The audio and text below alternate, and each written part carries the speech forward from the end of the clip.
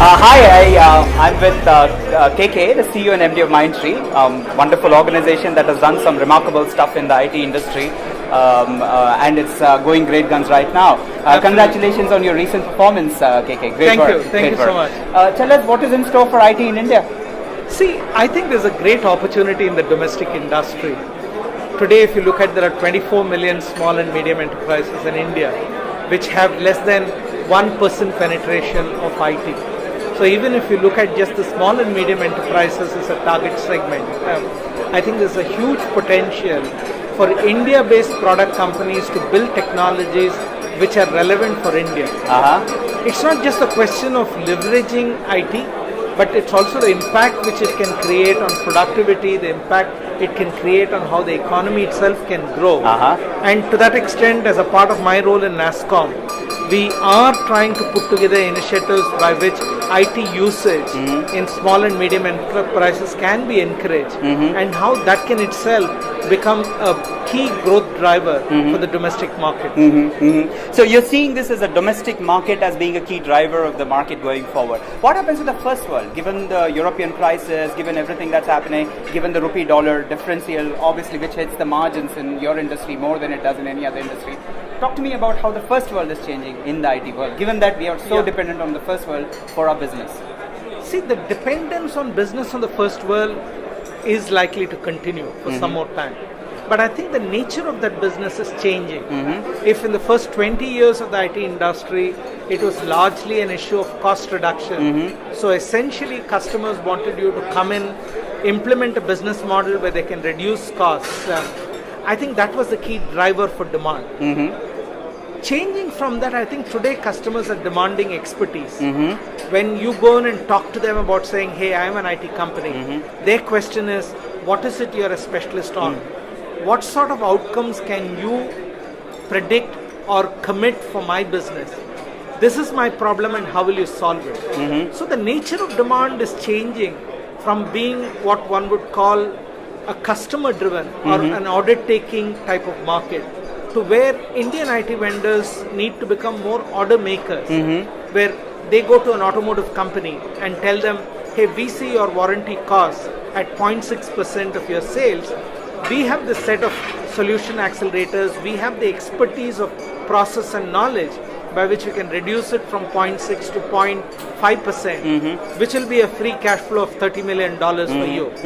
So the nature of business is changing from talent to expertise. The nature of talent is changing from order taking to order making. And I think that's going to be the big change for the Indian IT industry for the next few years. And there is a lot of talk about, you mentioned a particular element of moving up the value chain as it's known, perhaps, right? But there's also another element of productization and creation of products where you invest upfront to create revenue streams that are sticky and long-term, right? That's what a product viewpoint of the world is. How is that going to impact you? Do you see the Indian IT game evolving into a product mix going forward into the future? What's your viewpoint on that? See, I think already there's a lot of grassroots level product innovation happening. It's not that they have adequate visibility. Already I would think easily close to 500, 600 product companies are there, which each one of them are building unique products, be it software or maybe sometimes a software plus hardware linked sort of product. And clearly, I do believe there's going to be a huge opportunity for that. Now, if you link up the emerging product ecosystem in India with what I talked about earlier, which is the huge domestic opportunity, then you really see there can be a big play which can get created out of this. If Indian product companies start building in products which are relevant in the context of Indian small and medium enterprises or Indian consumers, once they get solid traction for that in terms of adoption, then the ability to take it to other developing countries, the ability to really take it to even developed countries is huge. So I think in the next 10 years, it's not sort of unimaginable to think that there would be at least 5,000 product companies in India. Wow. And there is so much of grassroots level interest and excitement which is happening. And some of these events like Emerge Out is really intended to create that excitement and help people believe, yes, I think we can go and capture the world.